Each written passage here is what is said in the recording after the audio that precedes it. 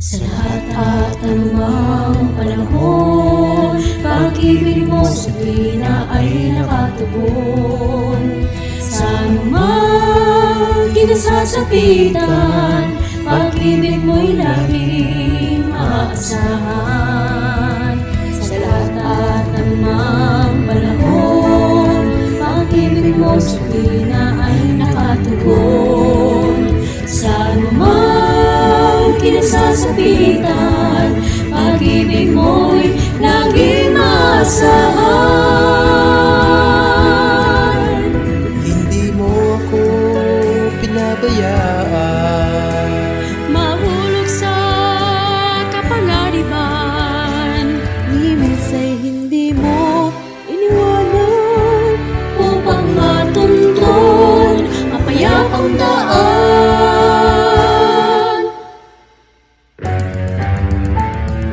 pag-ibig mo, Tapat at dakila, pag-ibig mo, tunay at wagas. pag-ibig mo, walang kaparang. Salamat Ama sa iyong pagmamahal.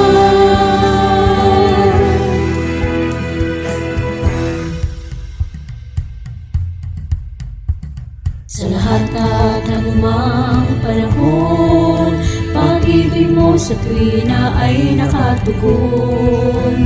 Sa anumang kinasasapitan, pag-ibig mo'y laging maaasahan.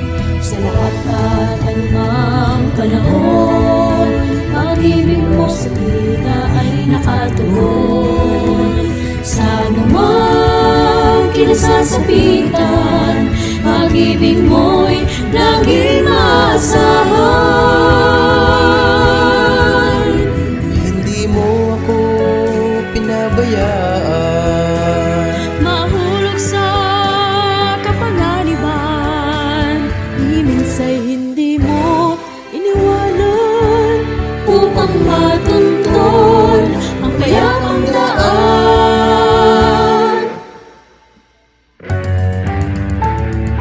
pag-ibig mo, Tapat at dakila, pag-ibig mo, tunay at wagas. pag-ibig mo, walang kaparang. Salamat Ama sa iyong pagmamahal. Dahil sa iyong pag-ibig, naging makulay ang paligid. Dahil sa iyong pag-ibig, naging makulay ang paligid.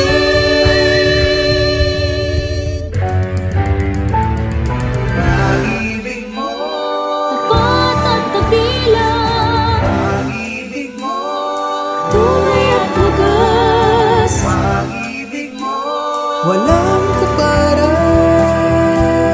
Salamat Ama sa iyong pagmamahal. Pag-ibig mo, pag-ibig mo, pag-ibig mo,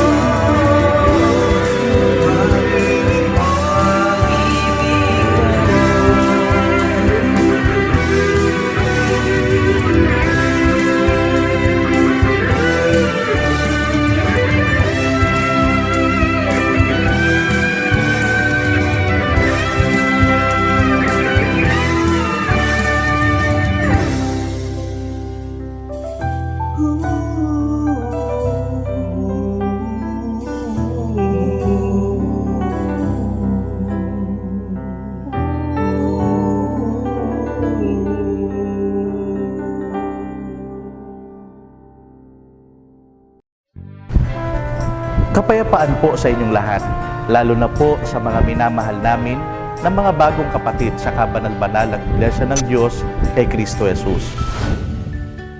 Alam po namin na handang-handa na kayo sa paglilingkod sa Diyos. Subalit minarapat ng pangangasiwang pangkalahatan ng kabanal-banalang Iglesia na pasimulan ninyo ang mga hakbang sa pamamagitan ng paraang ito, sapagkat karagdagan po kayo sa mga alagad na magtataguyod ng mahalagang gawain na ipinagkatiwala sa atin ng Diyos na si Kristo Jesus. Dahil nga sa kahalagahan ng gabay na ito, sino mang nabautismuhan sa kabanal-banalang Iglesia ng Diyos kay Kristo Jesus ay hindi muna maaaring atangan ng anumang katungkulan kung hindi pa niya na ipagtatapos ang gabay na ito. Ako po ang inyong lingkod, kapatid na JL. Halina at sama-sama nating pag-aralan ang gabay ng Kristiyanong ganap.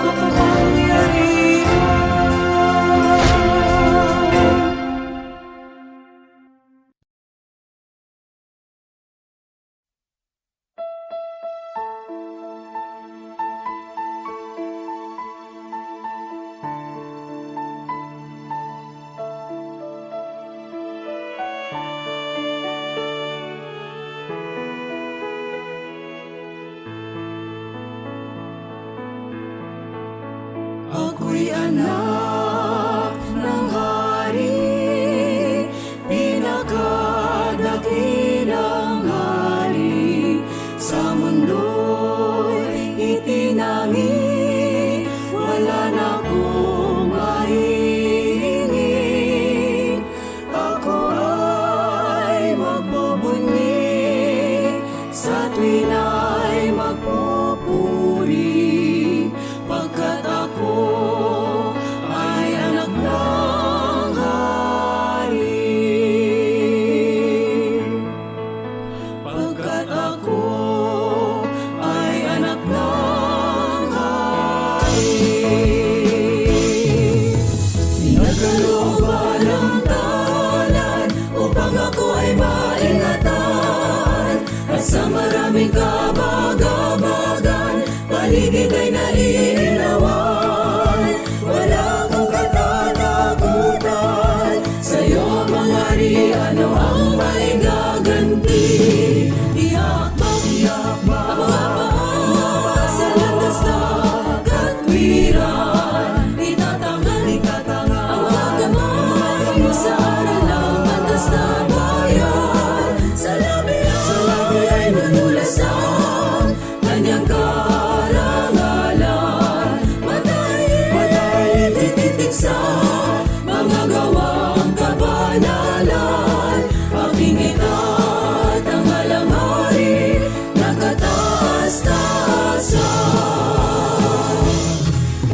Sa tuwina ako ay binubusog, kaluluwa'y pinalulusog, aking katawan ay inubog, kalakas ay pinagkakaloob, upang kaaway ay madurog. Sa'yo amang hari, ano ang maigaganti?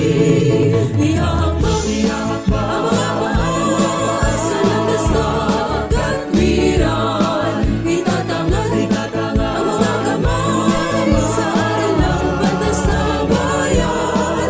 Sa labi ay nanulas ang kanyang karangalan, matayin tititik sa mga gawang kabanalan. Aking itat ang alang hari, nakataas-taasan.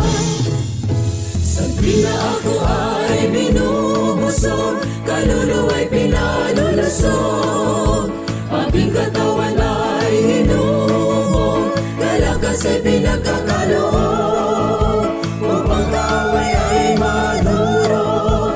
Sa'yo amang hari, ano ang maigaganti?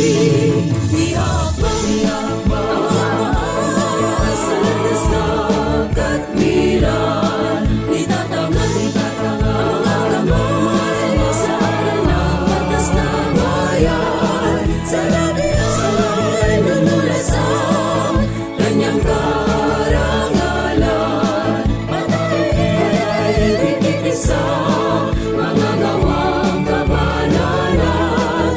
Aking itat ang alang hari, nakataas-taasan. Ihakbang ang mga paa sa landas na katwiran,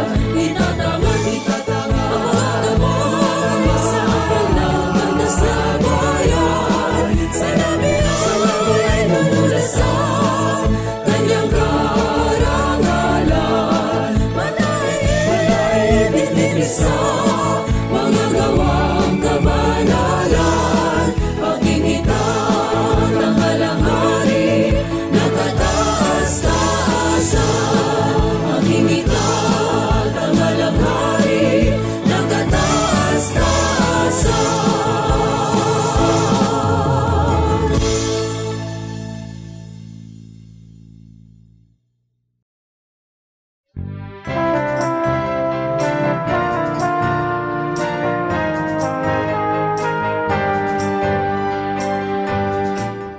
Kapayapaan po sa inyong lahat, lalo na sa minamahal naming mga bagong kapatid sa kabanal-banalang Iglesia ng Diyos kay Kristo Jesus. Ako po ang inyong lingkod, kapatid na Jehiel, at kayo po ay aking naaniyahan na tunghayan ng mga mahalagang kaalaman patungkol sa pagiging kaanib sa kabanal-banalang Iglesia ng Diyos kay Kristo Jesus. Halina at sama-sama nating pag-aralan ang gabay ng Kristiyanong ganap.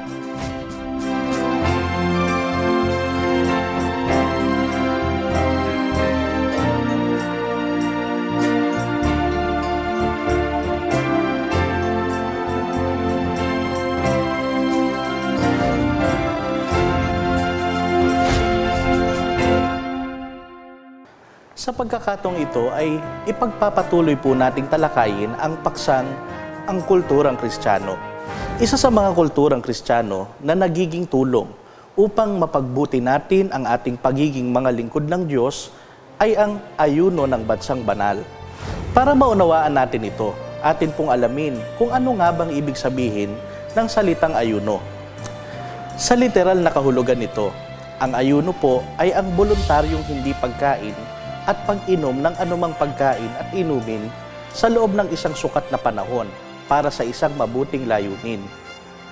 Kung sasagutin naman natin ang Biblia, ano ang isang anyo ng ayuno na dapat ay isinasagawa ng isang Kristiyano?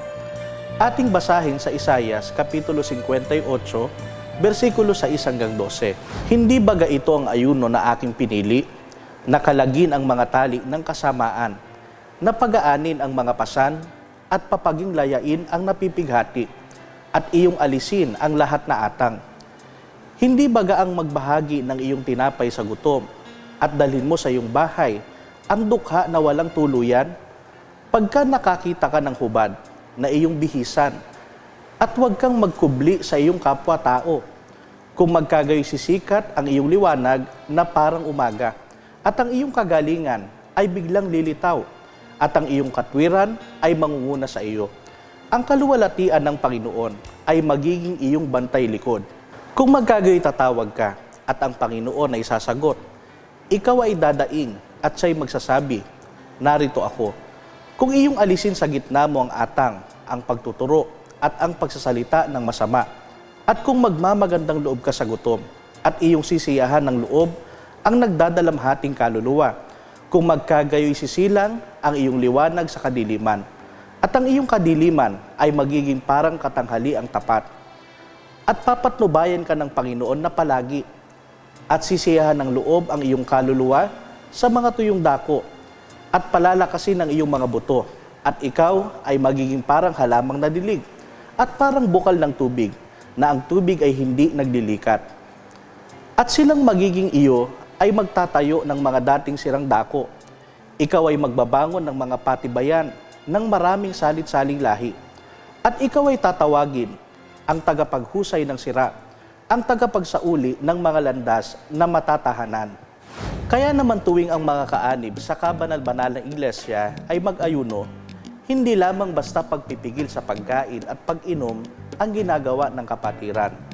Kasama sa pagpipigil ay ang paggawa ng mga bagay na hindi naman masama, ngunit walang kinalaman sa kabanalan. Katulad ng panonood ng TV, pagbababad sa paggamit ng internet o social media, gaya po ng Facebook, YouTube, Instagram at iba pa. Paglalaro ng mga games sa computer, smartphones at iba pang mga katulad nito. Sa halip, dapat po ay makita tayo sa mas mainit na pagsangkot sa mga gawaing pangangaral at lalong pakikipagkaisa sa pangangalaga o pagpapakita ng pagmamahal sa kapatid. at pagsisikap na mapataas ang antas ng sariling pananampalataya.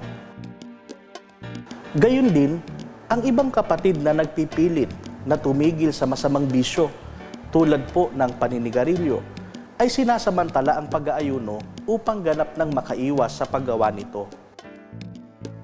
Ang mga bagay na ito ay ginagawa ng kapatiran sa kabanal-banalang iglesia dahil po sa mga sumusunod na mga dahilan upang maging tulong sa pag-iwan sa mga kasalanan at ugaling makasanlibutan.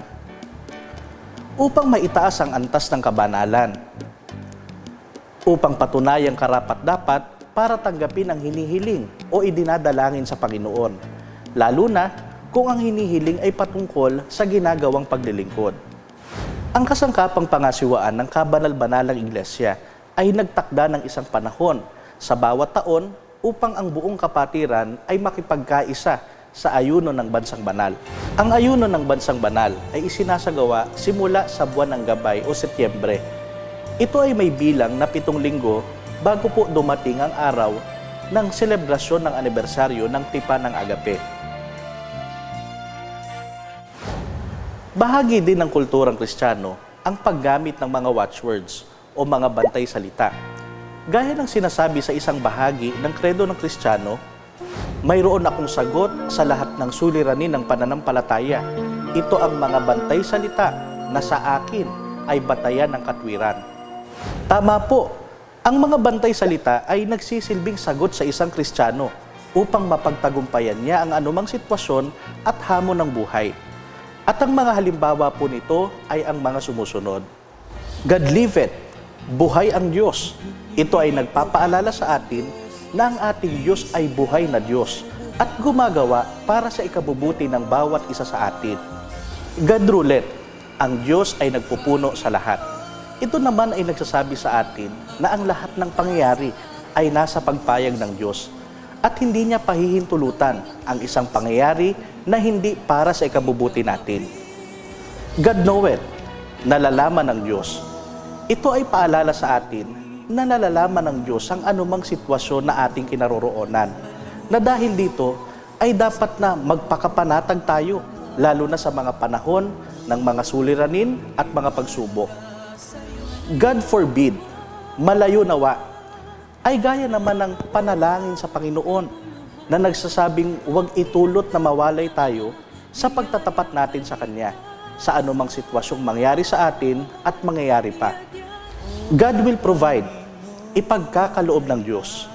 Paalala naman sa atin na lahat ng mabuti, mga pangangailangan at kahilingan natin ay laging ipagkakaloob ng Diyos at kailanman ay hindi magkukulang. God will direct, papatnubayan tayo ng Diyos. Isang pangako ng Diyos sa atin na lagi ay ituturo at ipapaalam niya sa atin ang mga landas na dapat nating tahakin tungo sa ating ikapagtatagumpay. Ang mga bantay salita ay nagsisilbing gabay natin kung ano ang matwid na pag-iisip, paggawa at pananaw na dapat makita sa atin sa anumang sitwasyon ng buhay upang maingatan ang pagiging Kristiyano. Ilan lamang po ito sa mga halimbawa ng mga bantay salita. Upang marinig ang lahat ng mga bantay salita at ang kumpletong pagtuturo patungkol dito, maaari po kayong humingi ng kopya sa inyong mga tagapangasiwa ng video ng mga bantay salita ng Kristiyanong mapagtagumpay, na ito po'y ipinaglingkod mismo ng ating matandang pangkalahatan, kapatid Nayel.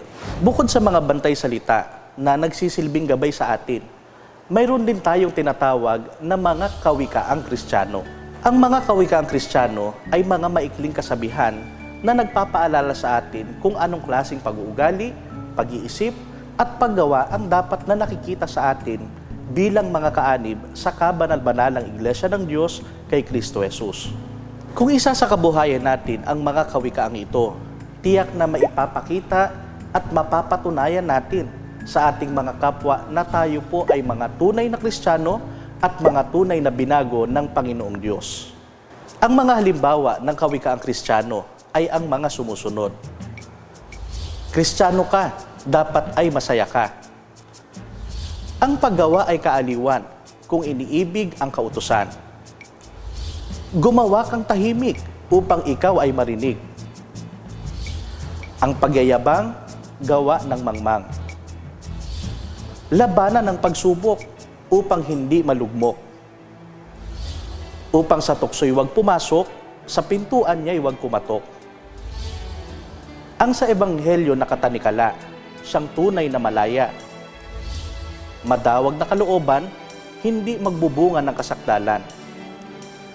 Kapatid kong kumilos na, kapatid mo'y ipagsama.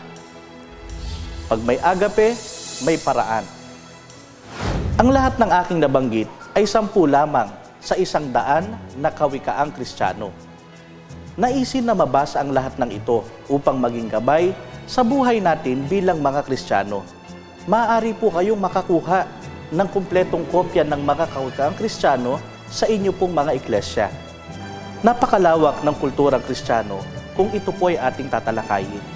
Basta't lagi lamang nating tandaan ang anumang bagay na mabuti, ikababanal at ikalulugod ng Diyos. Yaw ng ating gawin sa lahat ng pagkakataon sapagkat yaon po ay bahagi ng ating kultura bilang mga Kristiyanong tinawag ng Diyos sa kabanal-banalang iglesia. Patuloy po nating tunghayan ang mga kasunod pang pagtatanghal ng gabay ng Kristiyanong ganap. Muli, ito po ang kapatid na Jehiel. Hanggang sa muli po nating pagkikita, Mispa. Kasama ng kapatiran, manananggalan,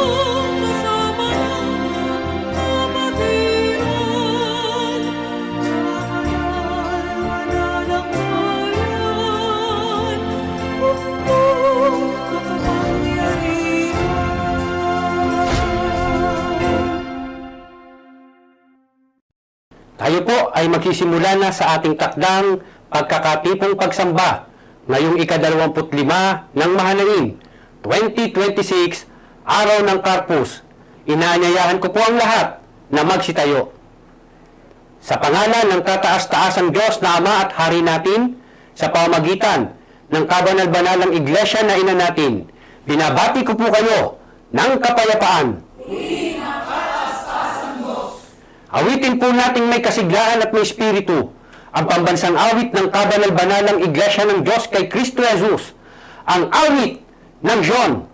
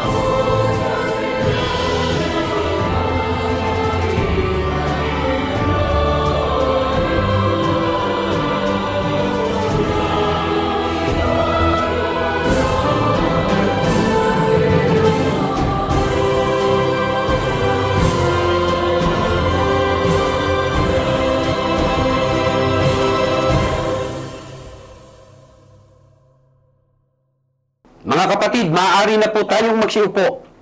Italaga at lalo pa nating ihanda ang ating mga sarili sa pamamagitan ng sama-samang pag-awit sa mga likhawit ng pagkatalaga at pagsamba sa Panginoon.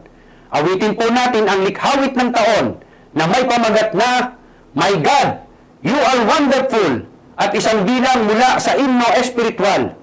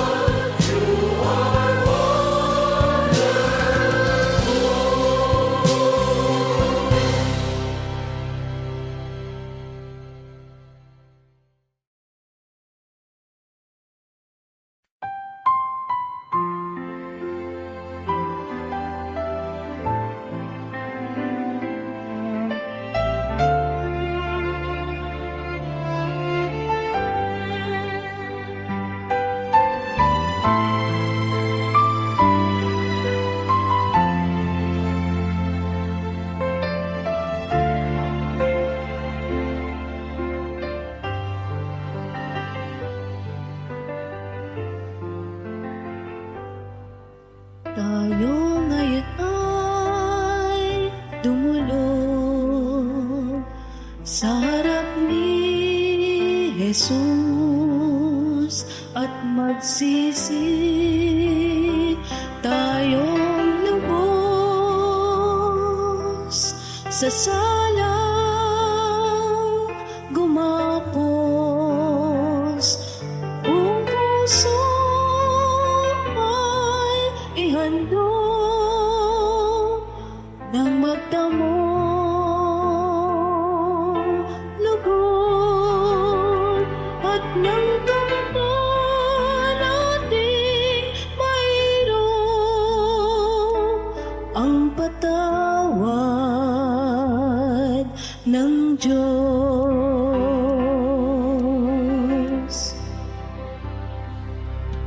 Iwaksi sa buong buhay,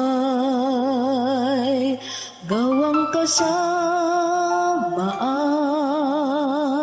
ating hanapin mahinusay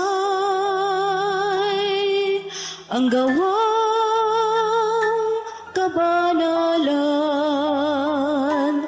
Kung puso ay ihandog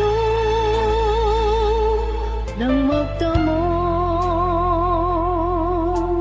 lugod at ng kampal ating mayroong ang patawad ng Diyos. Kung puso ay ihandog ng magdamong lugod at ng kampal ating mayroong ang patawad ng Diyos.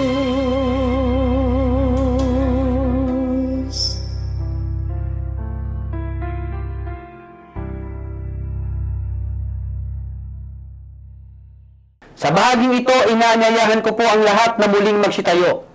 Ating awitin ang likhawit ng pagpupuri sa Panginoon, samantalang pumapasok ang sugo ng kataas-taasang Diyos upang basahin ang mga salita ng pagpupuri at pagpapasalamat sa Panginoon. Tanggapin po natin ang ating minamahal at iginagalang, ang isa sa mga ministro konsagrado ng Kabanal-Banalang Iglesia, ang ating kapatid na Asricam, Aristeo Valenzuela.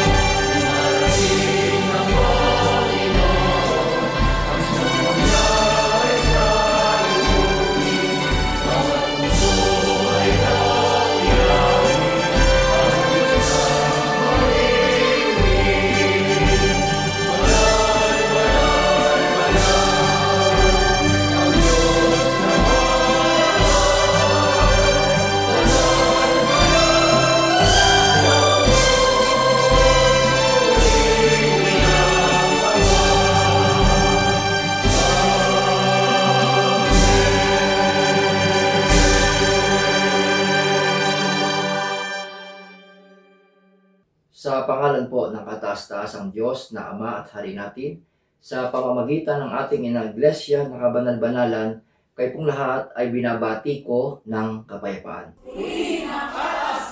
Sa pagkakataon pong ito, mga kapatid, ating pong damahin sa ating mga puso, dinggin natin at ipikit po natin ang ating mga mata sa pagbasa ng mga salita ng papuri at pagpapasalamat sa ating kataas-taasang Diyos. Sambahin ang Panginoon sa kagandahan ng kabanalan.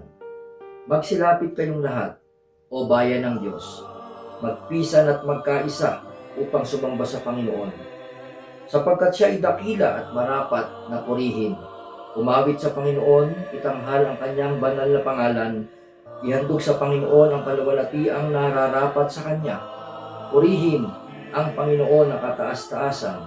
Ipahayag ang kanyang kaluwalhatian sa mga bansa, ang kanyang kagilagilalas ng mga gawa sa lahat ng mga tao. Ipahayag ang kanyang pagliligtas araw-araw. O Panginoon, ikaw ang Alpha at ang Omega, ang pasimula at ang wakas, ang una at ang huli. Ikaw na mula sa walang hanggang sa walang hanggan, ang nag-iisang maluwalhati at makapangyarihang Diyos. Ikaw ay kamanghamanghang Diyos, banal, matuwid at walang kapintasan. Naparito ka sa amin na may walang hanggang pag-ibig. Kay dakila ng iyong pag-ibig, tapat, dalisay at tunay. Lumapit ka sa amin na may kagandahang loob. Ikaw ang Diyos na Espiritu ay nagkatawang tao. Kataas-taas ang hari na nagpakababang tulad sa alipin. Ang makapangyarihang leon ay naging korderong handog. Ikaw ay namatay, inilibing at muling nabuhay para sa amin katubusan. Kaya't sambahin natin ang kataas-taasang Diyos. Umawi tayo sa Kanya ng mga awit ng papuri. Magalak ang langit at matuwa ang lupa. O bayan ng Diyos, itaas ang inyong mga kamay sa pagpuri sa Kanya. Alleluia! Ang Panginoon ay nag-ahari magpakailanman. Si Kristo Jesus, ang tanging Diyos at tagapagligtas. Siya ay darating upang hapulan ng sanlibutan sa katwiran at katotohanan. Siya ay paririto upang putungan ang kanyang mga banal ng korona ng buhay. Maranatha, ang Panginoon ay dumarating na madali. Maghanda upang salubungin ng ating Diyos, ang Alpha at ang Omega. Bayan ng Diyos, magpakabanal kayo sapagkat ang Diyos ay banal. Sumamba sa Panginoon sa kagandahan ng kabanalan, ngayon, bukas, at magpakailanman. Amen. Amen. Mga minamahal na kapatid, tayo po ay lalapit at dudulog sa ating Panginoong Diyos sa bisa ng isang panalangin. Ating pong ipagtatagubili ito sapagkat kinakailangan natin ng kanyang paggabay at pamamatubay. Ito po ay pangungunahan ng kapatid na ngayon po ay nakatakda, ngunit bago po ito, awitin po muna natin ang himno ng pagdulog na pinamagatang Here I Am, O Lord my God.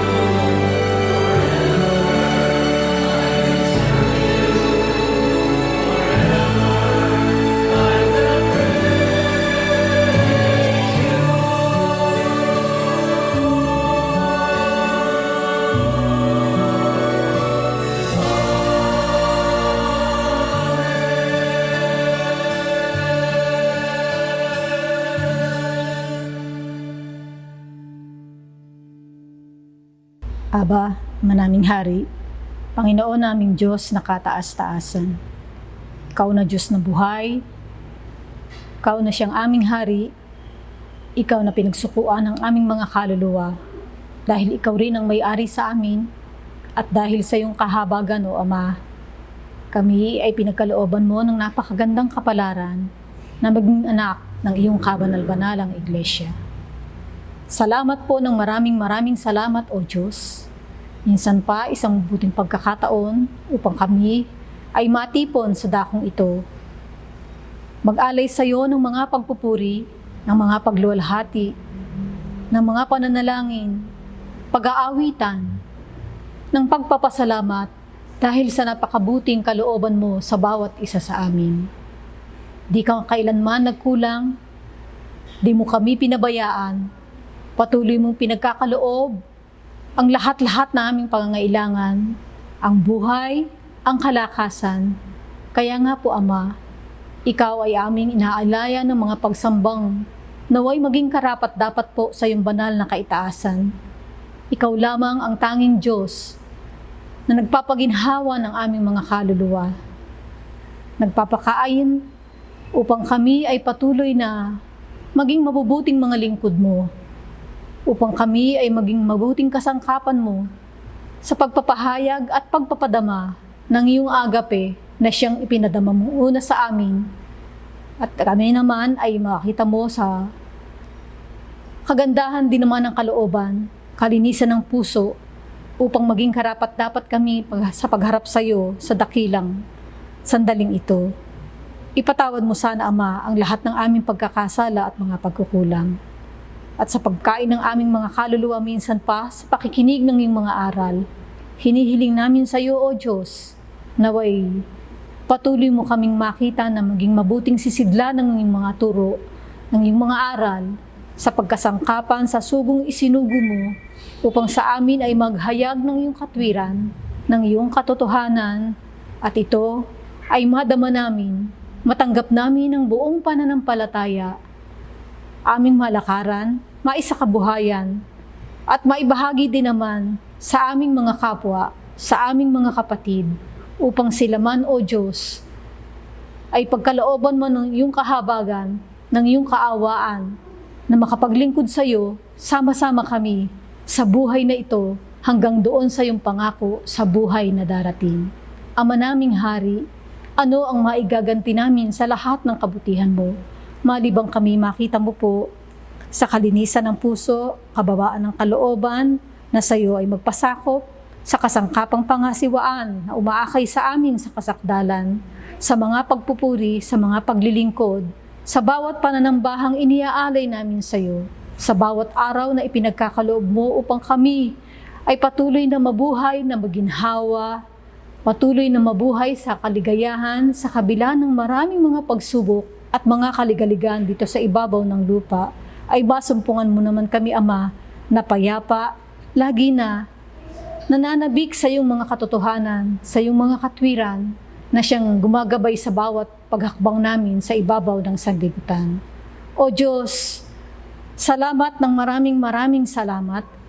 Kulang ang mga salita upang sa iyo ay ipaabot ang aming mga pagpupurit pa sa salamat.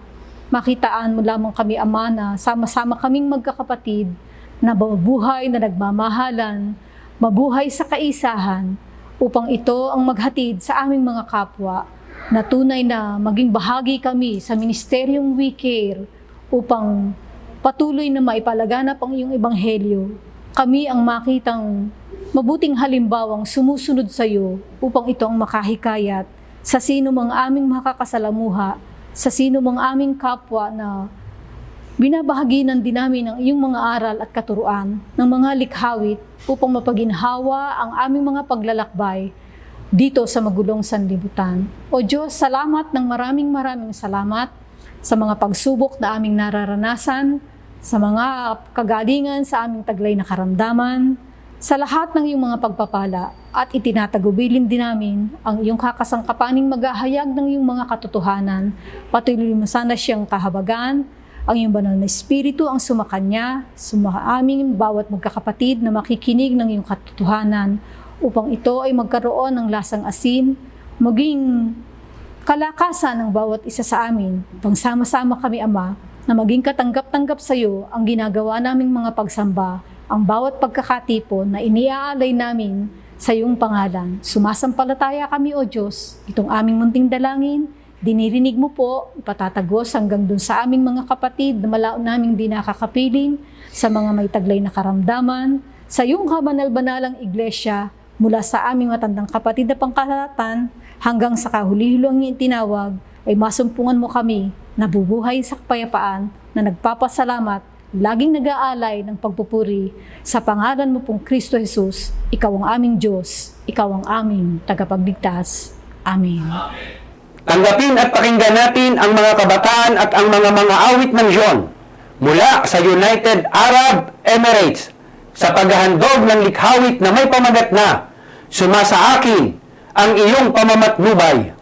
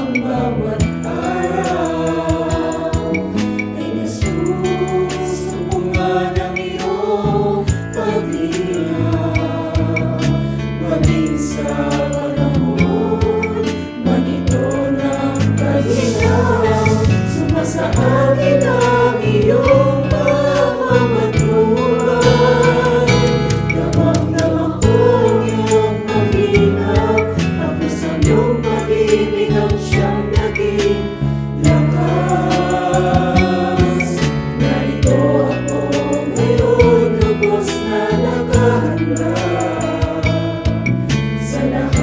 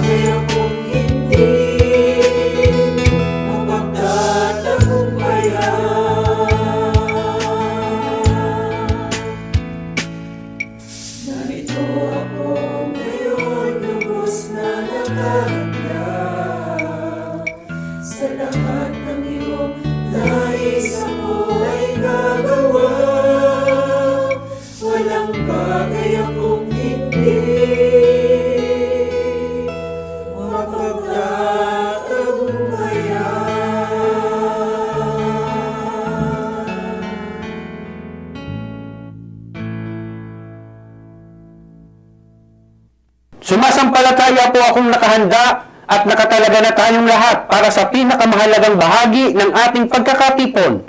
Ating tanggapin ang biyaya ng mga salita ng Diyos sa pagkasangkapan sa isinugo sa atin sa araw na ito, ang kapatid na Asricam. Shalom po ulit mga kapatid. Sa pagkakataon pong ito ay ang bahagi po ng pakikinig natin sa mensahe ng ating Panginoon sa pagkasangkapan po sa inyong lingkod. Una po ay ang pagpapasalamat ko sa ating kataas-taasang Diyos sa pamamagitan po ng ating pangkalatang kasangkapang pangasiwaan sa pagbibigay ng isang mabuting pagkakataon para po sa araw na ito na makapaglingkod po sa isang paksang aralin na ukol sa pagkakatipong pagsamba sa araw na ito. Isang karangalan po muli ang maging bahagi at maging kasangkapan sa pagtuturo ng mga salita ng Panginoon. Ang pamagat po ng ating paksang aralin, ang dalawa ay magiging isang laman. Sa pag-aaral pong ito, mga kapatid, ay nais pong talakayin sa atin ang mga sumusunod na mga bagay na ito na napakahalaga para po sa ating lahat. Una po, ang tungkol sa disenyo ng Diyos sa pag-aasawa o yung tinatawag po na pagsasama ng isang mag-asawa according to His purpose and will sa kanyang kalooban, mga kapatid. Tatalakayin po ang paraan para pagsamahin o kaya po ay pag-isahin ang dalawang pusong nagmamahalan, mga kapatid. At kung paano po ito ginagawa ng Panginoon. Sa bisa ng pagsasama ay makikita po natin sa paksang ito na may spiritual po na kahulugan ang pagsasamang ito. Hindi lamang po sa laman, maging sa spiritual ay may kahulugan din po ito. At sa huli, kung ano po ang pangako ng Diyos sa mga lingkod niya na nagmahal, nagtapat at nanatili sa paglilingkod sa Kanya. Pasimulan po natin ang ating paksang aralin. Ano po ba ang kahulugan ng paksang aralin na ang dalawa ay magiging isang laman? Mababasa po natin sa aklat po ng Mateo, Kapitulo 19, versikulo 4 hanggang 6. Ganito po ang pahayag ng kasulatan. At siya sumagot at sinabi, hindi ba ganinyo nabasa na ang lumalang sa kanila buhat sa pasimula ay sila'y nilalang niyan na lalaki at babae. At sinabi, dahil dito'y iiwan ng lalaki ang kanyang ama at ina at makikisama sa kanyang asawa at ang dalawa ay magiging isang laman. Kaya nga hindi na sila dalawa, kundi isang laman. Ang pinapagsama nga ng Diyos ay huwag papaghiwalayin ng tao. Ito po ay maliwanag na disenyo ng Diyos sa pag-aasawa. Sinabi po dun sa verse na ating nabasa kung ano po ang nararapat na sundin ng mga tao. Mga kapatid, isa-isahin po natin. Una, ang dalawang nilalang na lalaki at babae ay pinagsasama po ng Diyos. Bilang mag-asawa, ito po ay sa bisa ng tinatawag nating pagkakasal. Iiwan ng lalaki ang kanyang ama at ina at magsasama sila ng kanyang asawa at sila'y magiging isa. Pangalawa, sinabi po doon sa talata, banal ang pagsasama o ang pag-aasawa sapagkat ito po ay itinatag ng Diyos, mga kapatid. Sangayon po yan sa 1:28 ng Genesis. At sila'y binasbasa ng Diyos at sa kanila'y sinabi ng Diyos, kayo'y magpaalaanakin at magpakarami at kalatan ninyo ang lupa. And God blessed them and said to them, be fruitful and increase in number. Mga kapatid, pangatlo, hindi po marapat na sirain ng tao ang katakdaang ito ng Diyos. Hindi po din dapat na magkaroon ang sinumang pinagsama ng Diyos, yung tinatawag po nating extramarital affair. Mga kapatid, walang mamamagitan o namamagitan o yung tinatawag po nating third party. Mga kapatid, bakit po? Bakit mahalaga na maintindihan at maunawaan natin at higit sa lahat, bakit nararapat nating maingatan ang pagsasamang ito? Sabi po sa Biblia, samantalang nabubuhay ang asawa, siya'y makikisama sa ibang lalaki, tatawagin siyang mangangalunya. Mga kapatid, datapat kung mamatay ang asawa, ay laya na siya sa kautusan. Kaya nga nararapat na maging marangal ang pag-aasawa sapagkat hindi ito biro at hindi rin po ito isang laro. Sabi nga po doon sa isang sikat at matandang kasabihan na ang pag-aasawa ay hindi po kagaya o katulad ng mainit na kanin na kapag ikaw ay napaso ay iluluwa mo din, mga kapatid. Dahil po ang pagsasama ay mahalaga at banal sa Panginoon. Paano po ba ito binuo ng Diyos? Mababasa po natin sa Malakias Kapitulo 2, versikulo 14. Gayunmay inyong sinasabi, bakit ang Panginoon ay naging saksi sa iyo at sa asawa ng iyong kabataan na ginawan mo ng paglililo, bagaman siya iyong kasama at siya asawa ng iyong tipan. Ginagawa po ang pagsasama sa pamamagitan ng tipan ng pag-aasawa, mga kapatid. Ang pinapagsama ng tipan, ito po yung ikinasal, isa na lamang pong laman o isang katawan sa harap ng Diyos. Opo, doon sa verse na nabasa natin, binigyan diin po ng asawa ay hindi lamang basta kasama sa bahay, mga kapatid, kundi isang katuwang na pinag-isa ng tipan. Ipinapakita po na ang kasal ay hindi lamang isang legal na kasunduan, kundi ito isang banal na tipan sa harap ng Diyos. Ano po bang sabi ng Diyos? Mga kapatid, kung ating matatandaan, it's not good for a man to be alone. I will make a suitable help. Yan. Katuwang nakasama ni Adan, yun po yung istorya o pangyayari ng una, mga kapatid. Kung mapansin nyo o napansin nyo po, mga kapatid, hindi po ginamit yung salitang compatible partner, mga kapatid. Hindi kasi porke compatible ay masasabi nating suitable, mga kapatid. O, kaya hindi din tama na pagka minsan, ang habol po ay compatibility. Yung parang magkatulad, magkapareho sila ng gusto, magkapareho ng kulay, magkapareho ng gusto ng pagkain, mga kapatid. O, kasi minsan, una, compatible, mga kapatid. Pero hindi pa fully developed, kaya sa huli, hindi rin nagkakasundo. At ang isang malungkot na pangyayari, mga kapatid, maraming bagay hindi napagkakasunduan, sa huli, naghihiwalay, mga kapatid. Bakit po ba mahalagang ito po ay malaman natin at maingatan natin, mga kapatid? Kasi hindi lamang po ito relasyong pisikal na magkasama sa buhay, kundi ipinapakita din po dito yung spiritual na pagsasama, mga kapatid. Ano po ba yon? So, magiging isa na lamang sa damdamin, magiging isang pagmamahal na lang, pagtatapat, pananampalataya, at isa na lang layunin, mga kapatid. Ang dalawang pinagsama ng Diyos ay marapat na lumakad sa alituntunin ng tipan ng pag-aasawa. Kailangan sumunod po ayon sa kalooban ng Panginoon. Remember that the ultimate purpose of marriage is to please and honor God in every highs and every lows. Sabi nga po in sickness and in health, sa hirap man o sa ginhawa, mga kapatid, hanggang sa ating huling hininga. Till death do us part, mga kapatid.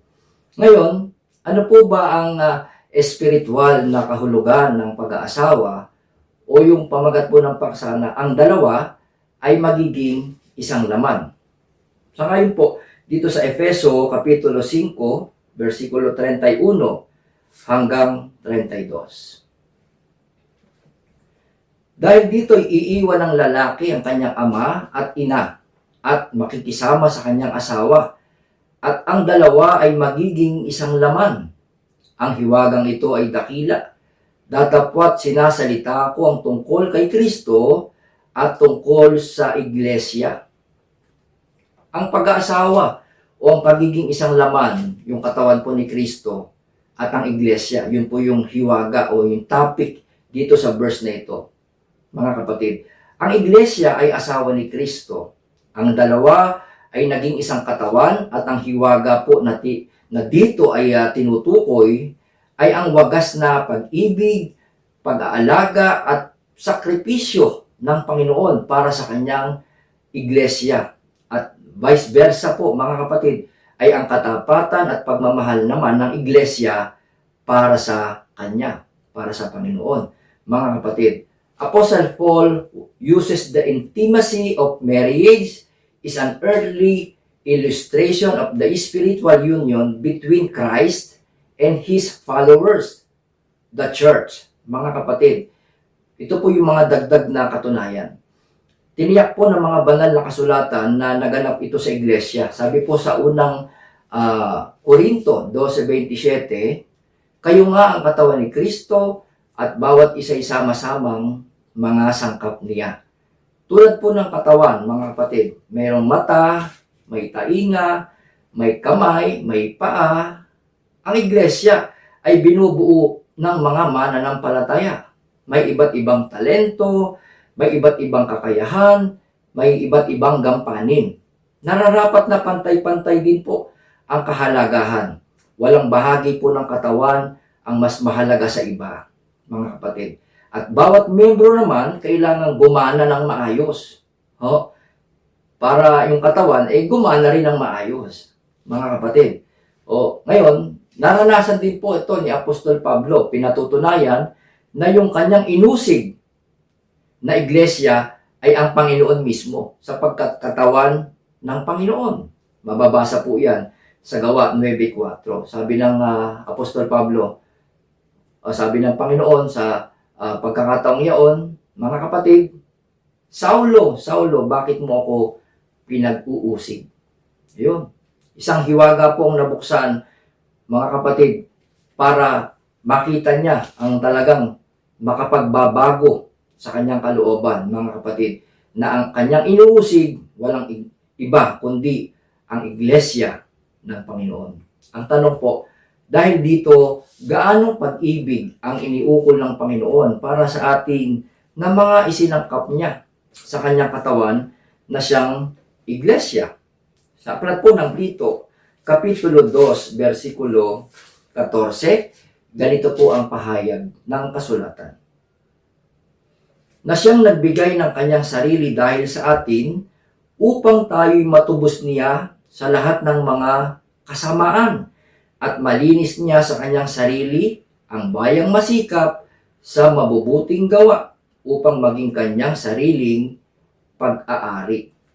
Mga kapatid, makikita po natin sa talatang ito na ating binasa, ibinigay ng Panginoong Kristo Jesus ang kanyang sarili para po maging kanya tayo, mga kapatid. Ang dugo ng Panginoong Kristo Jesus, ang sarili niya, binigay po niya, mga kapatid. Ibinigay ng Panginoong Kristo Jesus ang sarili upang tayo ay maging sa Kanya. Ang dugo ng tipan, ang dugo ng Panginoon, na siyang dugo ng tipan na nabuhos upang tayo ay maging Kanyang sariling pag-aari. At katulad po ng pagkuha ng buto sa tadyang ni Adan, ginawang kanyang asawa, tumulo ang dugo. So makikita po yung sakit o yung sakripisyo para lalangin ang isang tao. Ipinapahayag din po ng pagbibigay ng Panginoon ng kanyang sarili, yung kalakihan ng kanyang pag-ibig sa atin, tulad ng pag-ibig niya sa kanyang sariling katawan, mga kapatid. Ipinagkakaloob din niya ang mga bagay na material, mga kapatid, hindi lamang po material, kundi yung sarili niya mismo, mga kapatid. Hindi tayo pinababayaan matapos na tayo ay tubusin, patuloy tayong binubuhay sa espiritual na pamamaraan at patuloy na iniingatan.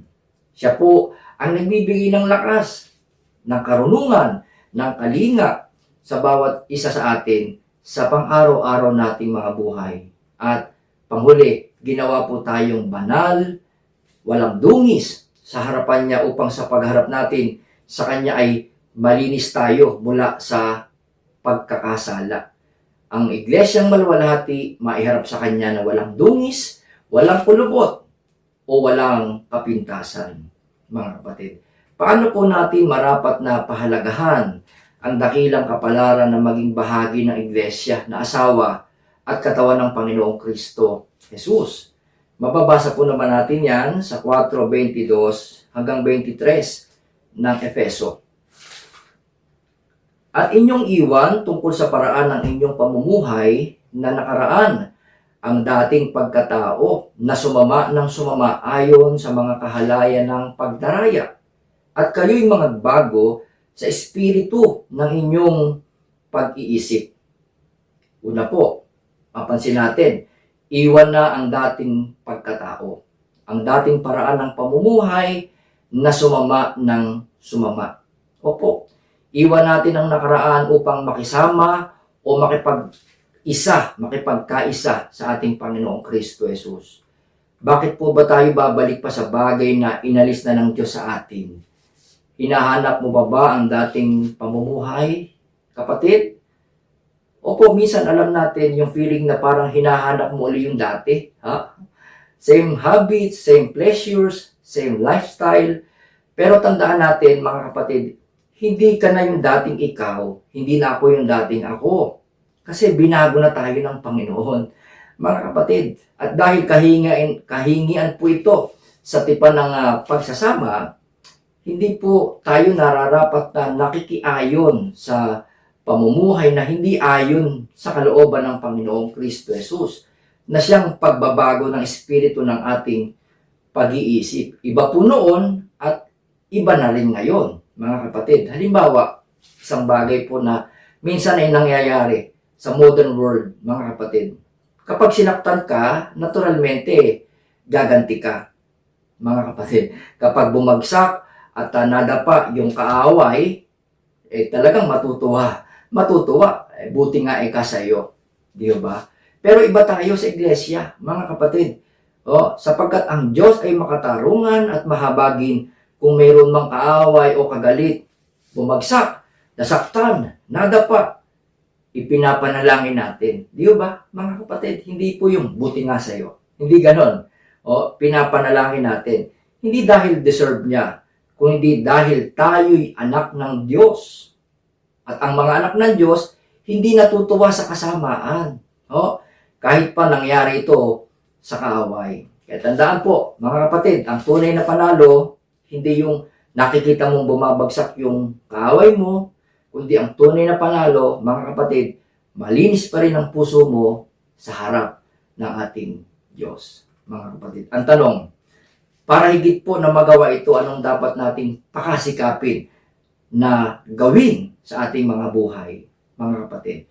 Pilipos, Kapitulo 2, versikulo 5. Ang pahayag po ay ganito. Mangagkaroon kayo sa inyo ng pag-iisip na ito'y na kay Kristo Jesus. Di naman. Maikli, pero malinaw. Magkaroon tayo ng pag-iisip kagaya sa Panginoong Kristo Jesus. Tayo po, bilang kanyang asawa at katawan, marapat magtaglay ng pag-iisip niya, mga kapatid. Sa iglesia po, makikita natin yung karakter, pag-uugali, at gawi ng Panginoong Kristo Jesus, mga kapatid. Maging tulad tayo sa Kanya. The way He speak, kung paano siya magsalita, mga kapatid. And then, we are developing a Christ-like character or behavior. Dinedevelop dapat natin yan. Dahil siya po talaga yung ating tutularan, mga kapatid. Paano ba siya mag-isip? Halimbawa, yung pagmamahal na lang, mga kapatid. Siya ay mapagmahal, siya po ay mapagpatawad. Ganun din tayo, mga kapatid. Kagaya ng pag-iisip at ugali ng Panginoon. Isang makalangit at hindi makalupang pag-iisip, mga kapatid. Hindi natin masyadong isipin ang mga bagay ng buhay na ito lamang. Sapagkat alam natin ang mga bagay na naririto, lahat yan ay only temporal things. Ang isipin natin palagi, ay ang kagaya ng isip ng Panginoon, isip makalangit. Mga kapatid, nakatingin tayo doon sa buhay na walang hanggan, sa kabilang buhay. Kasi hindi lang naman po ang buhay na ito, meron tayo. There is life beyond death. May buhay pa po doon sa kabila na siyang dapat ay binibigyan natin ng higit na pagpapahalaga sa ating mga buhay. Hindi lamang po sa buhay na ito. Although hindi masama yung ating halimbawa ay nagtatrabaho tayo, meron tayong iba't ibang schedules sa pag-aaral, merong nag-aaral at iba't iba pa. Huwag lamang po nating kalilimutan at kaliligtaan tayo po ay bahagi ng kanyang katawan, kanyang iglesia na nararapat po nating pakasikaping magawa na ayon sa kanyang kalooban, mga kapatid.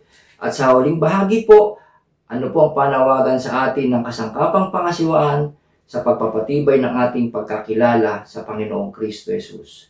Sa unang Korinto 6:16 hanggang 17. O hindi ba ganinyo nalalaman na ang nakikisama sa patutot ay kaisang katawan niya? Sapagkat sinasabi niya, ang dalawa ay magiging isang laman. Ngunit ang nakikisama sa Panginoon ay kaisang espiritu niya. Mga kapatid. So manatili po tayong nakikisama sa Panginoon, ipakita natin ang mataas na pagpapahalaga sa ating Panginoon sa pamamagitan ng ating pagpapahalaga sa isa't isa. Mga kapatid, ang pakikisama sa Panginoon ay gaya ng mga sangkap na nakaugnay sa katawan na siyang larawan ng sakdal at kumpletong katawan. Mga kapatid, mamuhay tayo ng may katapatan at kabanalan sa araw-araw. Iwasan po ang pagkakasala at alalahanin natin na ang ating sarili ay bahagi na ni Kristo. Mga kapatid, kaya dapat natin iwasan ang mga gawaing marumi.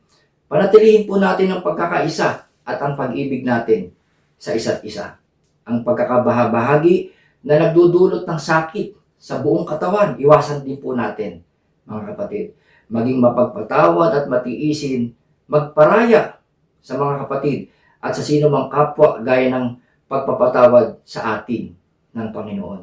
Hindi po tayo dapat na naglalaban-laban bilang mga sangkap ng kanyang katawan, hindi po nagpapataasan dahil kapwa sangkap ng kanyang katawan.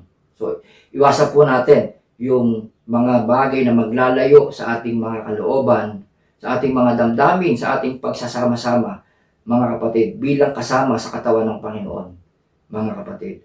So, gamitin din po natin yung mga kaloob na talento natin. O, wag po nating itago yun, bagkus gamitin po natin sa paglilingkod, sa iglesia, gaya po ng pagtuturo, pagtulong, pangunguna, pagsasalita ng katwiran ng Diyos. At sa huli po, manatili tayong nakaugnay sa Panginoon na siyang Pangulo ng Iglesia. Tandaan po natin, ang katawan ay walang buhay at walang gabay kung hiwalay sa ulo o sa Pangulo ng Iglesia. Sa huling talata na aking paglilingkod, ano po ang pangako ng Diyos sa mga lingkod niya na nabuhay sa matuwid na gawa at nabuhay sa paglilingkod. Sa Apokalipsis, Kapitulo 19, versikulo 6 hanggang 8, ang sabi po ay ganito, at narinig ko ang gaya ng isang tinig ng isang makapal na karamihan at gaya ng lagaslas ng maraming tubig at gaya ng ugong ng malalakas na kulog na nagsasabi, Alleluia, sapagkat nagahari ang Panginoong ating Diyos na makapangyarihan sa lahat. Tayo'y mga gagalak at tayo'y magsayang mainam at siya'y ating luwalhatiin sapagkat dumadating ang pagkakasal ng kordero at ang kanyang asawa ay nahahanda na. At sa kanya'y pinagkaloob na damta ng kanyang sarili ng mahalagang lino, makintab at tunay sapagkat ang mahalagang lino ay siyang mga matuwid na gawa ng mga banal. Ang pangako ng Panginoon sa kanyang mga tapat na lingkod na namuhay ng matuwid, ganap po natin makakasama ang Panginoon sa kanyang inihandang kaharian magpakailanman. Doon po, wala nang kalungkutan, wala nang hirap, wala nang sakit, wala nang iiyak, wala nang pagdurusa, wala na pong kamatayan. So manatili lamang po tayo sa matuwid at tapat na paglilingkod, tapat na pagmamahal tapat na pag-ibig, ano po, bilang iglesia na asawa ng Panginoon, mga kapatid. Ito po ang ating kabanal-banalang pananampalataya. Pagpalain po nawa ito sa ating lahat na mga magkakapatid na nasa pagkakatipong ito. Mula po ngayon at magpakailan, kailanman.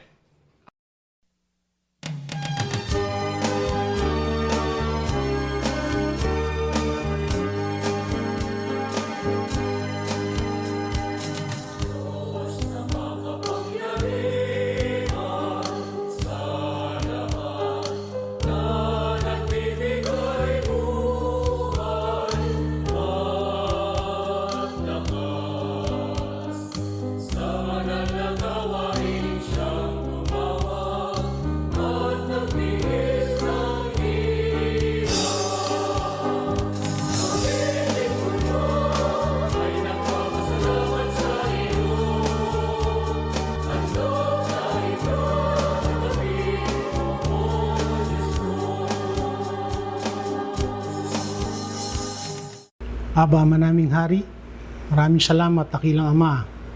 Natapos kami makinig ng iyong mga banal na salita na hindi lang namin narinig ang mga bagay na ito, kundi itong tumimo sa aming puso. Ito ang malakar namin habang kami nabubuhay dito sa magulong sanlibutan. O aming hari, maraming salamat.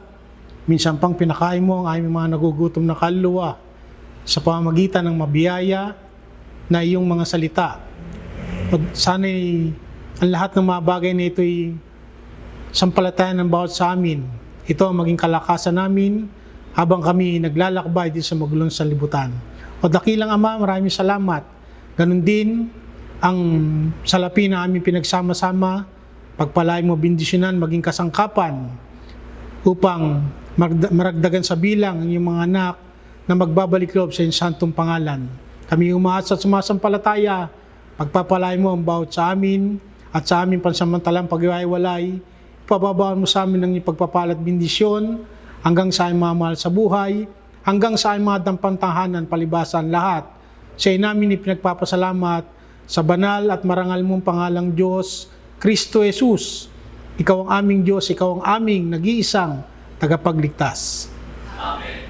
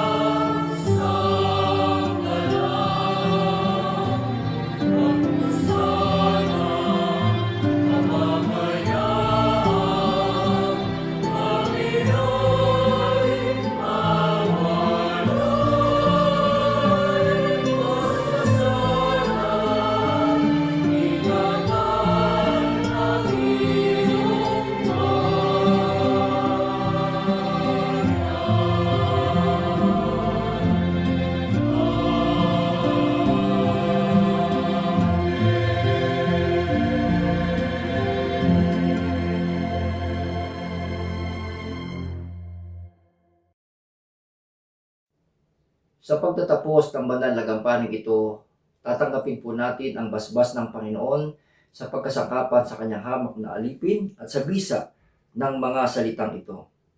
Ang dakilang agape ng kataas-taasang Diyos na Ama at Hari nating magkakapatid, ang mabiyayang pagliligtas ayon sa panukalang walang hanggan na kanyang inihayag at binigyan ng halimbawa nang siya ay magkatawang tao sa pangalang Kristo Jesus, gayon din naman ang pakikilakip at ang pakikipisan ng kanyang banal na Espiritu sa nawang ipagpala sa ating lahat ng mga magkakapatid na nasa pagkakatipong ito magmula ngayon at magpakailan, kailanman.